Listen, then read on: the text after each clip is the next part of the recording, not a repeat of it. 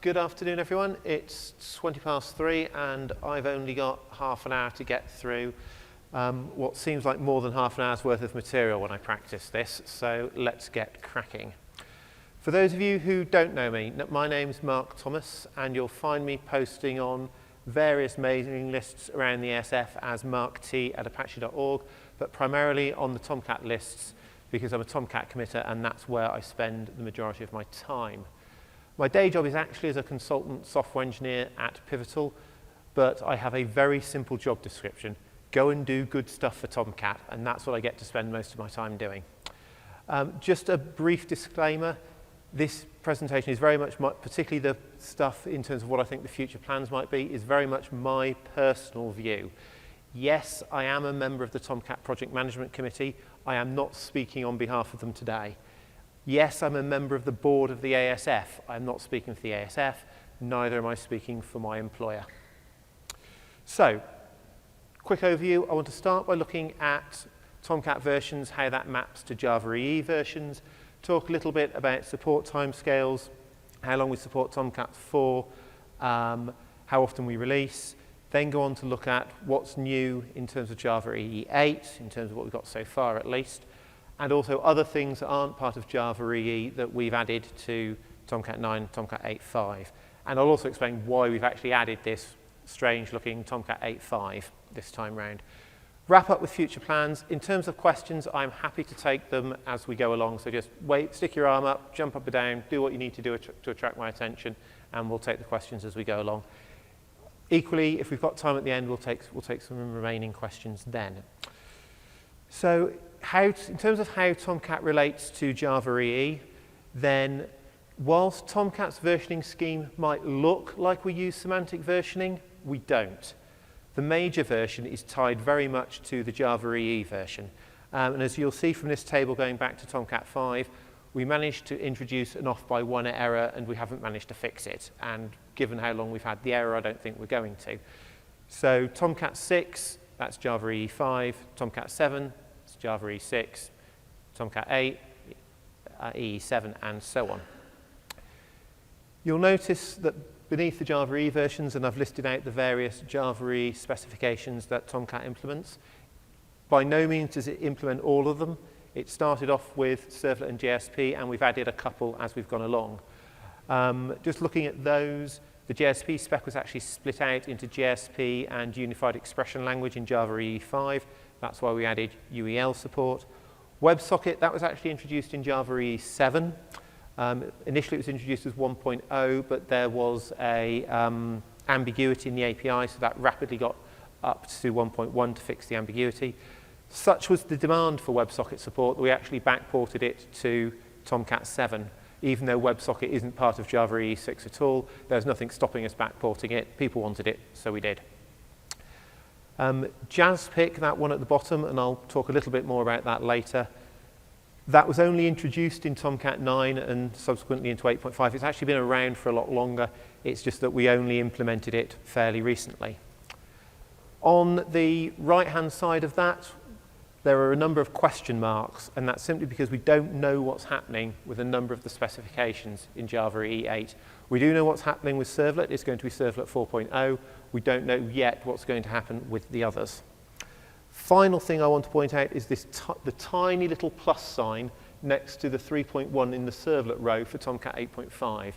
The reason that's there is we haven't changed the Servlet API at all in Tomcat 5, but Tomcat 8.5, but what we have done is taken the new API that's in Servlet 4 and we've put that in a separate package within the Tomcat namespace. So if you want to use Servlet 4 features in Tomcat 8.5, you can. You just have to import the Tomcat specific packages rather than JavaX Servlet. And it's been written in such a way that when you move up to Tomcat 9, you just change the import. So you import JavaX Servlet rather than org, Apache, Catalina, Servlet 4 preview, I think we called it. So you just change the import, and then you're using the Servlet 4 features, and they're available. So it's a way to make the Servlet 4 features available early in Tomcat 8.5. So if we go on to look at when we had the first releases and when the first stable releases are, again, we're going back to Tomcat 5.5. There's typically anywhere between 6 months to a year between the first release and the first stable release. Tomcat 9, that's not been the case. It's dragging out longer than that. More on that in a second. But what I really wanted to concentrate on was the end of life column. So you'll see that Tomcat 6 is due to be end of life at the end of this year. And one of the things we've decided to do within the Tomcat community is we will always give you at least 12 months notice before we end of life something. So I think the end of life announcement for Tomcat 6 went out around this time last year. So you actually got about 18 months notice. The other thing that I'd like to point out is we aim to support 3 major versions in parallel. We're actually doing 4 at the minute because we're supporting 6, 7, 8, and 9. And actually 8.5 is like doing a 5th one. But once we get to the end of this year, Tomcat 6 will drop off the support list. So we're supporting 7, 8, and 9. And 8.0 will probably reduce in support as well. Now, because major versions are tied to Java EE versions, and yes, in theory, Java EE versions come out every couple of years, that hasn't been the case recently and looks like those timescales are getting worse, then it normally means that a major Tomcat version, because we have 3 in parallel, so it effectively exists for 3 iterations of Java EE. So you multiply the average length of Java EE iteration by 3, and you get somewhere between 8 and 10 years, and that number is growing. But that's the number of years that the Tomcat community has said we will support a major version of Tomcat for. So if you start on Tomcat 8 now, then you've probably got a good 6 to 8 years before it's going to reach end of life. And that 8 to 10 year time frame has been reasonably constant. If anything, it's getting longer as time goes on. In terms of how often we release, then 8, 8.5, and 8, and in fact 7 are currently on a monthly release cycle. 6 is on a sort of 6 monthly. It's not particularly rigid. It's more like 2 a year when we decide they're needed. And it works out at roughly 6 monthly. When we do a release, then something we've been doing at least since the first release of 8, I might have been doing it before that, I honestly can't remember, is we aim to fix in fact we do fix all of the open bugs before we do a release, all of them, with the exceptions of enhancement requests and those that are in the need info state. And really, need info has 2 translations here. One is, yeah, that looks like a valid bug report, but you can't recreate it. We can't figure out what's going wrong based on the information you've given us, but it looks pretty reasonable, so we're going to assume that there is a bug in there somewhere, and we'll leave it open until either you or another user gets some more information. And if it stays like that for about 9 months, 6, 9, maybe 12 months, and we don't get any more information, and no other user has hit the bug, then what we tend to think is, well, that might actually be something that the application's doing. It might be an application-specific thing, so it'll get resolved as works for me. That doesn't happen that often. What usually happens is a different user sees the same problem from a slightly different angle. We get a bit more information, and we're able to narrow down and then actually fix the thing. The other translation of need info is, that is a truly awful bug report. I'm 95% certain it's utter nonsense. However, there's just a little glimmer of something that might possibly be valid in there. So I'm going to ask you for some more information so we can figure out whether it actually is the rubbish we think it is or whether it's worth pursuing. But if there is something that looks like there might be a bug, then we don't want to close it off. We do want to take the opportunity to fix it. As of Tomcat 8 onwards, we don't have access to the TCKs. Those are the testing and compatibility kits that you are required to pass to say you are Java EE certified. Well, Tomcat 8 isn't. Neither's Tomcat 9. Tomcat 7 is, Tomcat 6 is, but 8 onwards isn't. It actually hasn't made a huge difference. There's a couple of reasons for that. First of all, we have a number of downstream vendors who take Tomcat, embed it in their own Java EE products, run the TCK on those products, and if they find a failure and that failure traces back to Tomcat, they report it to us and we fix it. The other reason is actually the TCKs aren't that good. The coverage has been mediocre and has been getting worse. Certainly in the last iteration, there were huge chunks of new functionality that weren't tested. As part of my expert group work, I had early access to the WebSocket TCK. I found a whole pile of problems, all of them in the TCK implementation, none of them in Tomcat. So it's a nice to have, and we were a little bit worried that when we lost it, but it hasn't actually had a negative impact on the project at all, as far as I can tell. The other thing worth mentioning at this point is security vulnerabilities. We do get periodic reports of security vulnerabilities. What we try and do is we're not going to make that public until all of the supported versions of Tomcat have some form of mitigation. It might be, okay, there's a new Tomcat release, so you're going to have to upgrade. It might be there's a configuration change you need to make. It might be, actually, this is really difficult to backport, but actually it's dead easy to fix if you've got HTTPD in front and you use this HTTPD configuration. So whatever it might be, we will give you some form of workaround for that security vulnerability at the point it's made public. What we don't want to do is say, hey, look, here's a security vulnerability. You can't fix it. Good luck. Bye. That's just not the right way to do things, and we don't do that. So that's sort of the release timescales and how we work. If we go on to look at what's new in Tomcat 9, so that's the Servlet 4 stuff to start with. Really, this falls into three categories. The stuff that the expert group has already broadly agreed, the stuff it's sort of working on, and possible future plans. In terms of the agreed elements, then HTTP2 support, that was very quickly agreed. There is an API agreed for access to push requests. Most of the HTTP2 support sits below the application. The application isn't going to see it. Really, the only point the application gets involved with HTTP2 is on push requests. So that API has been defined by the expert group, and it's implemented, and it's there in Tomcat 9 for you to use. And it's there in Tomcat 8.5 through that preview API if you want to use it there as well. Another new thing in Servlet 4 is a whole pile of default methods.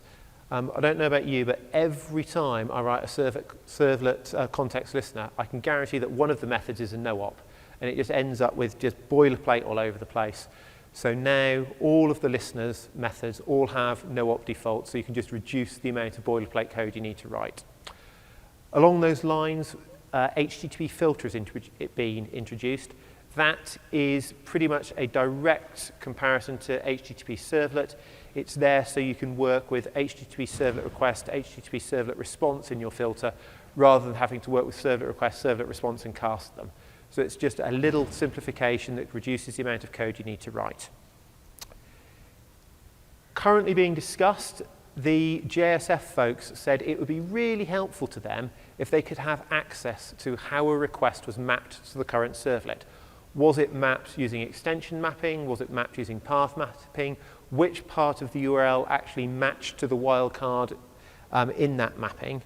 And they proposed an API. We implemented it in Tomcat. We had a little bit of back and forth. There are a few things that needed tweaking. That was agreed.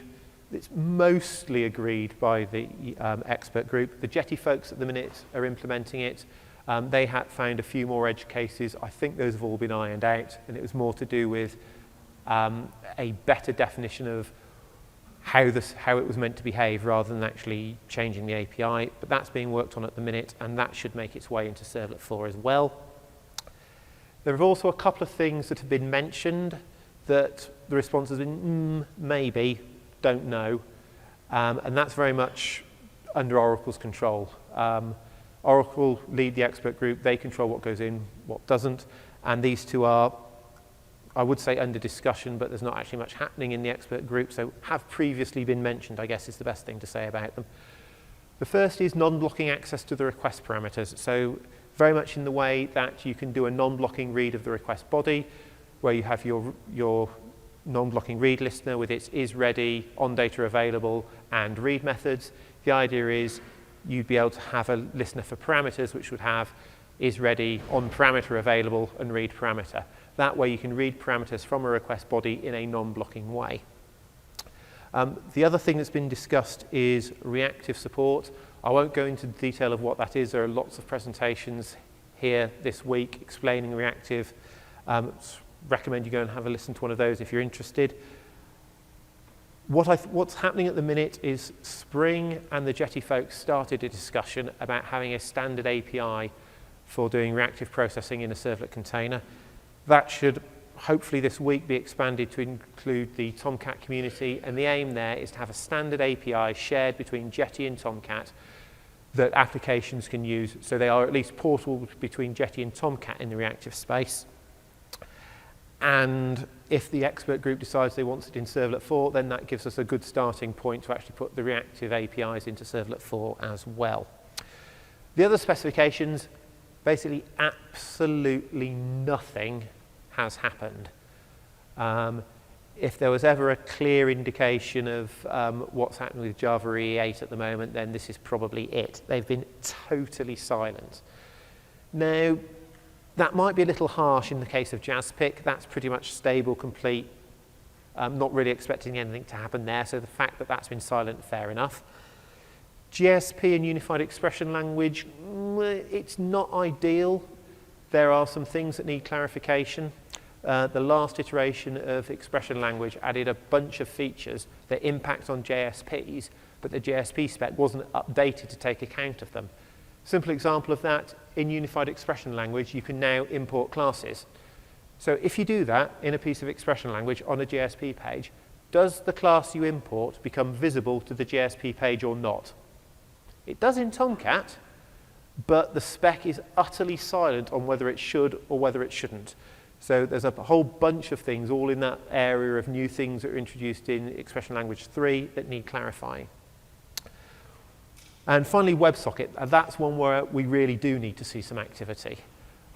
Towards the end of WebSocket 1.0, we started to talk about having a standard API for writing extensions. So in WebSocket, extensions are things that do things like compression, multiplexing. Tomcat has an extension, built a proprietary one for compression, but it would be nice if there's a standard API, so if you wanted to write an application-specific extension, you could take that extension and use it across multiple containers without having to rewrite it using whatever specific API the container has. As I say, there's been no activity in WebSocket at all. If there is any activity, I think it'll be one of two things. It'll either be minor clarifications or it will be a largish piece of work like the extensions API. What it may be, at this point, I have absolutely no idea. So as I said, the major Tomcat versions are tied to the Java EE version. And the first stable release of any major Tomcat version depends on three things, or at least historically has depended on three things. First of all, the relevant specifications have to be stable. Secondly, the implementation has to have passed the TCK. Well, that went out of the door with Tomcat 8. And thirdly, the code base has to be considered stable enough the community has to think it's stable enough to run it in production. Now, the problem we've got with Java EE 8 is basically nothing's happening. We don't know when the specs are going to be finalized. I'd be amazed if it was this year. I'd be surprised if it was next year. It's probably going to be more like 2018. But come Java 1 in the autumn, we're expecting some form of announcement from Oracle, and we shall see when that comes. But this lack of a final specification has been causing us problems because large chunks of Tomcat 9 were ready to go. And we've had HTTP2 support for I think about a year now. And we wanted to be able to get those features into the hands of developers so they could be used. So that's largely why Tomcat 8.5 came about. To create 8.5, what we actually did was we took Tomcat 9, copied it, reverted all the changes to the Servlet API, so it went back to a 3.1 Servlet API, fixed the few places where we'd used Java 8 syntax rather than Java 7, and basically that's how we created Tomcat 8.5. So it is almost identical to Tomcat 9. It's just got the slightly different Servlet API, and it runs on an earlier version of Java. And that's now stable because the relevant specs are stable. We think the code base is stable, so it's out there and people can use it. So 8.5 was a way of getting those features out there in a stable form that people can use. What we actually do with a stable version of Tomcat 9, it's an ongoing discussion. I mean, 8.5 has given us some breathing space, but I can see the community having to come back to discuss that in the future. Other things that are new in 9 and hence 8.5 that aren't really part of Java EE 8, there's been a major overhaul of TLS support. In Tomcat 8 and earlier, it was very simple. You had one connector could support one TLS virtual host, and that virtual host could have one certificate. So it's just one connector, one host, one certificate. Nice and easy. From Tomcat 8.5 onwards, you've got a lot more flexibility. You can now have multiple virtual hosts per connector, so you can have true TLS virtual hosting. In order to do that, we've had to implement SNI, and you can have multiple certificates per virtual host. So that lets you do things like you can have an elliptic curve certificate alongside an RSA certificate for the same host. So the sort of thing that you can do with HTTPD. Heck, you can have a DSS one as well if you really want. Now, in order to do that, we've obviously had to make a few changes to how you can configure SSL. And to add to the fun, there's a lovely little chicken and egg problem. So Servlet 4 has two requirements that are of interest. It must run on Java 8, and it must support HTTP 2. Okay, so far. HTTP 2 requires ALPN, Application Layer Protocol Negotiation. JSSE in Java 8 doesn't support ALPN. So this, obviously the expert group spotted this fairly early, so we said to our excuse me, could we just backport ALPN support, please? No. No, that's wrong answer, that's crazy, doesn't make any sense. Look, don't really mind how you do it. You know, we remember the days of having to download JSSE separately and dropping the jar in the jar. We don't mind doing that, we just need it in some form that we can use with Java 8, please. Because otherwise you can't actually implement Servlet 4 to the specification in a pure Java form. So they went away and thought about it again and came back with the same answer, no. That was about 18 months ago. A couple of weeks ago, IBM obviously got to the point where they were working on their HTTP 2 implementation, and they've just asked the same question of the expert group. I suspect they're going to get the same answer, to be honest, but we shall wait and see. So the way we've addressed that in Tomcat is if you need ALPN, then you need to use OpenSSL. And what we've done is we've made OpenSSL available to do the encryption with the JSSE connectors. So you can use OpenSSL for the encryption bit, not the actual network I/O, just the encryption bit with the NIO and NIO2 connectors. Effectively, we wrap OpenSSL so it looks like a JSSE implementation, even though it isn't really. And you've still got the APR native connection where it uses OpenSSL for the encryption and native code for the I/O.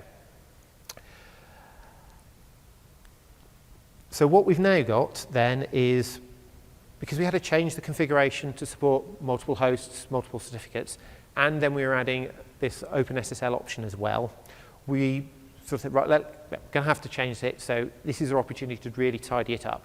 So what we've done is we've been through all the TLS configuration options, and where we were essentially configuring the same thing for OpenSSL and JSSE, they now have exactly the same attribute, so it's easier to interchange between the two.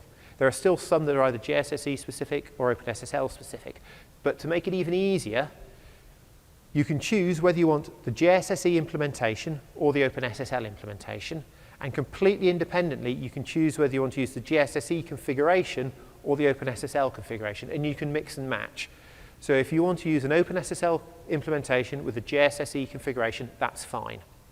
And you can swap them pretty much any way you like.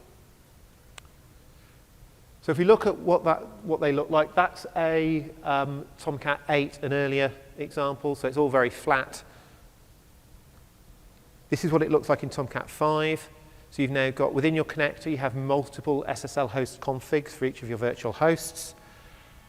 This is only showing one. If you have multiple, then you also need to give them names so they can be distinguished. And then within your SSL host, you can have multiple certificates. Again, we've only got one here, but you can add more of those if you want. And there's also an HTTP 2 protocol line there just to enable HTTP 2 in this case. And if I wanted to use that configuration, it's currently set to use APR native. If I wanted to use it with NIO, then I just change the protocol at the top to HTTP 11 NIO protocol rather than HTTP 11 APR protocol. Other new features, we've got added JASPIC, which is basically pluggable authentication modules. And there's a number of third-party JASPIC implementations out there.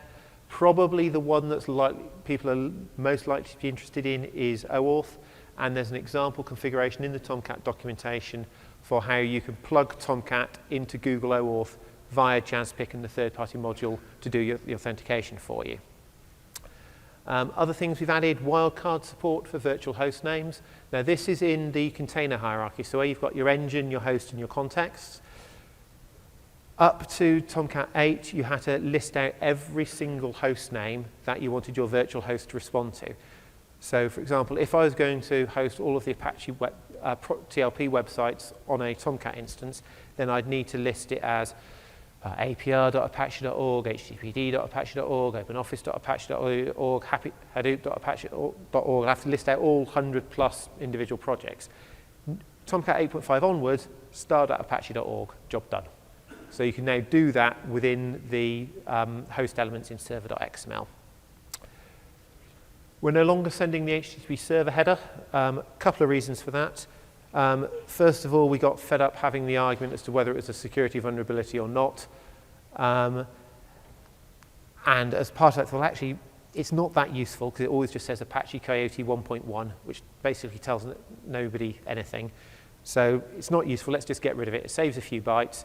And if you actually want to put useful version information in, then you can use the powered by header, which then actually gives you full version information, which is much more useful if you want that in a header. In terms of security hardening, we now limit the manager and the host manager to localhost by default. That's already catching a few people out on the users list. The latest revision of the HTTP specs has had a few changes. One of those is relative HTTP redirects, so Tomcat now supports those. If your application or your clients don't like them, you can turn that off and it'll force them to be absolute. And there's a whole bunch of other stuff if you just have a look in the changelog for the details. We've also removed some things. The BIO connectors are gone. Both WebSocket and Servlet 3.1 needed non-blocking. We could sort of fudge it with the BIO connectors, but it was a bit of a mess. And there was at least one code path where you could end up in a deadlock. So that's all gone. We've also removed Comet, because that's been largely overtaken by WebSocket, and again, Comet added a huge pile of complexity. So we've done, because of that, we're able to do quite a bit of connector refactoring. On top of all that code we've removed, we were able to remove a whole pile of duplication, so we got rid of around 2 to 3% of the code base. That's allowed us to align some of the edge case behavior that wasn't quite as identical as it should have been between the different connector implementations. We've also changed the way WebSocket does its I/O. The original plan with WebSocket was let's build it on top of Servlet 3.1 so we can have a portable WebSocket implementation that works on any container. Problem was WebSocket needs to be able to switch between blocking and non-blocking I/O, but Servlet's APIs don't let you do that. So we had to fudge it, and the fudge worked on some containers but not on others because it depended how the containers were implemented under the covers. So basically it wasn't going to work, so we got rid of it, go direct to Tomcat's I/O layer. What we end up is simple, faster, easier to maintain. We've also switched cookie processors. We're now using the RF6265 cookie processor by default. That pretty much follows that specification to the letter, with the one extension that we allow UTF-8 in cookie values that the spec doesn't. Looking towards future plans, I think there's more work to be done on the connectors. I want to look at Jack, which is the authorization counterpart to JASPIC. Nobody's actually asked for it, but I think it's got potential. Basically, I just need to find a couple of hours to sit down and read the spec and see if it looks useful. What I'm really looking for is a way, sort of a standard way of being able to add users to existing authorization databases, because that's what users tend to ask for. Not planning on implementing the web profile. If folks want that, then Tommy's available. And there's some JSP improvements that I've been meaning to do for ages that I really want to get around to do. That's mainly on the compilation side, and it's because when we compile JSPs, we read them 5 or 6 times, which is just horribly inefficient, and it needs a bit of a refactoring to sort that out. And finally, I want to do a bit more tuning. Something we do fairly regularly with Tomcat. We run up a load test, we see where the hotspots are, and we fix them. That's both in terms of CPU usage and object allocation. So I'm pretty close to the end of my time, so I will just mention I'm here all week. I will quite happily talk about Tomcat until you're bored to tears, I should think. So if you've got any Tomcat questions at all, any issues you want to discuss, features you'd like to see, come and find me. I'll probably be sat around working on my laptop. More than happy to take any questions. I'll say anytime this week. And if you do want to learn more about reactive, there's a good talk on Thursday morning. I see I've got about 30 seconds left, so do we have any quick questions? I'll note we've got a 20-minute break following, so if you're keen to ask your question, I'm happy to go on into the break. Down at the front. Yes? Right, so the OpenSSL integration with JSSE, no, we're not using the old juice provider. The way we've done it is, actually the Netty folks spotted something cunning, and that was that the only object you actually need to implement is the SSL context. So if you can wrap OpenSSL and make it look like an SSL context object, and the other objects that then stem from that, there's about 4 or 5 of them, JSSE will quite happily use it. You don't have to get JSSE to create the SSL context object for you. You can just give it one you've created yourself, completely externally. So the Netty folks took the APR native connector in Tomcat, extended it so they could access the OpenSSL API they needed, and then basically did that. We said, that looks really cool. Can we steal it back? They said, yes, of course. So we have. And that's how we've done it.